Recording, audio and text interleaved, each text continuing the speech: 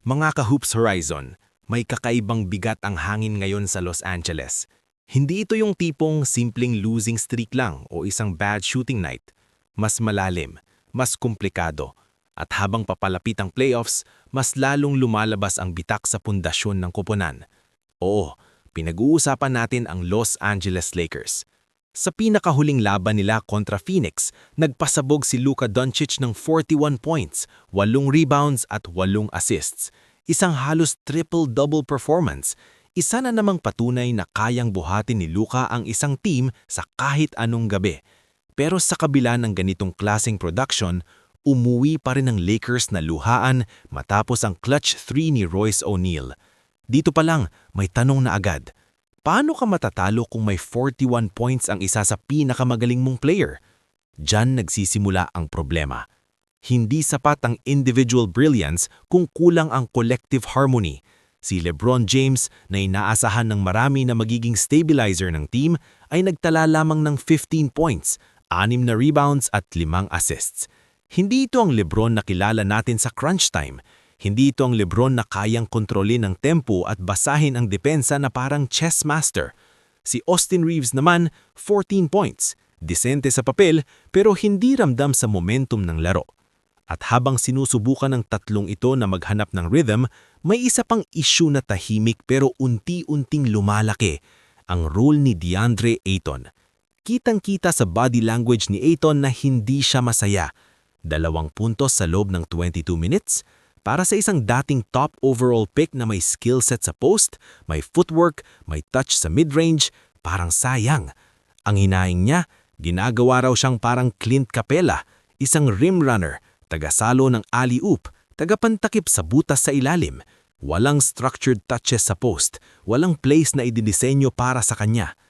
Ngayon, tanungin natin, may ipinangako ba sa kanya bago siya pumirma? May assurance ba na magiging focal point siya sa ilang sets? O baka naman nagkaroon ng miscommunication sa pagitan ng coaching staff at ng front office? Si Coach JJ Redick at GM Rob Pelinka ba ay may malino na blueprint kung paano i-integrate si Ayton sa sistemang dominated ng dalawang high-usage playmakers tulad nina Luka at LeBron? Dito pumapasok ang mas malalim na problema: chemistry. Kapag si Luka at LeBron lang ang nasa court, may flashes of brilliance. Kapag si Luka at Reeves, may fluidity. Kapag si LeBron at Reeves, may spacing at off-ball movement. Pero kapag sabay-sabay ang tatlo, parang nagkakabanggaan. Parang salitan lang sa pick and roll.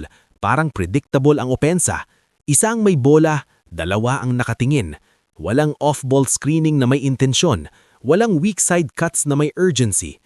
Sa NBA ngayon, hindi ka mananalo sa simpleng palitan ng isolation at pick and roll. Oo, mahirap depensahan ng isang elite scorer sa one-on-one, pero sa playoffs, iba ang depensa. Mas physical, mas detalyado ang scouting report.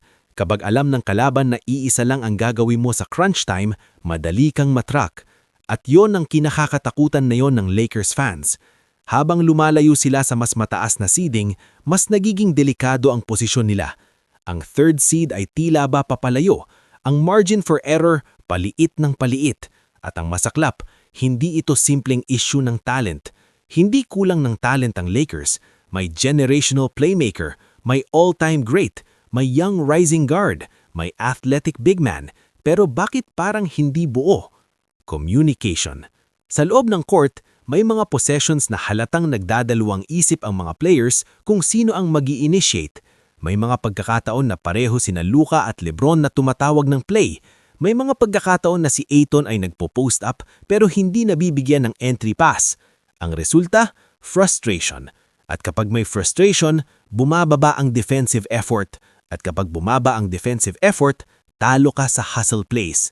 Samantala, habang nagkakagulo ang Lakers, may ibang team na tahimik pero matatag.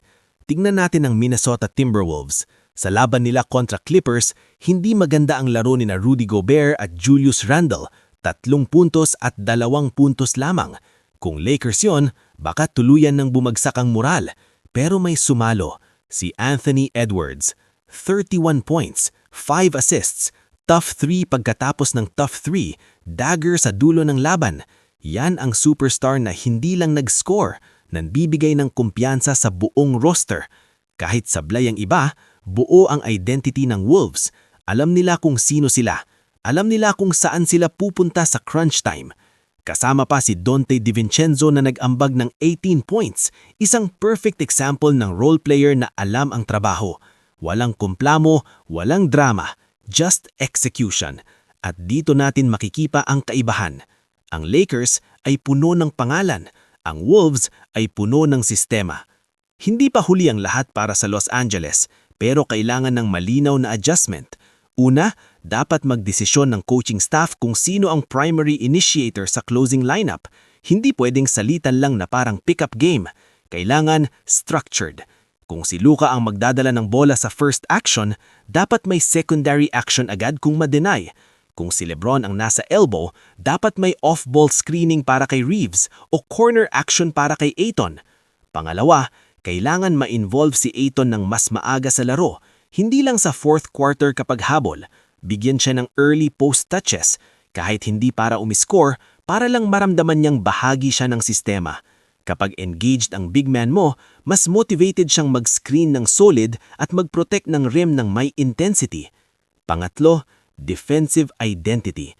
Noong championship run ng Lakers noon, malinaw ang identity. Depensa muna bago opensa.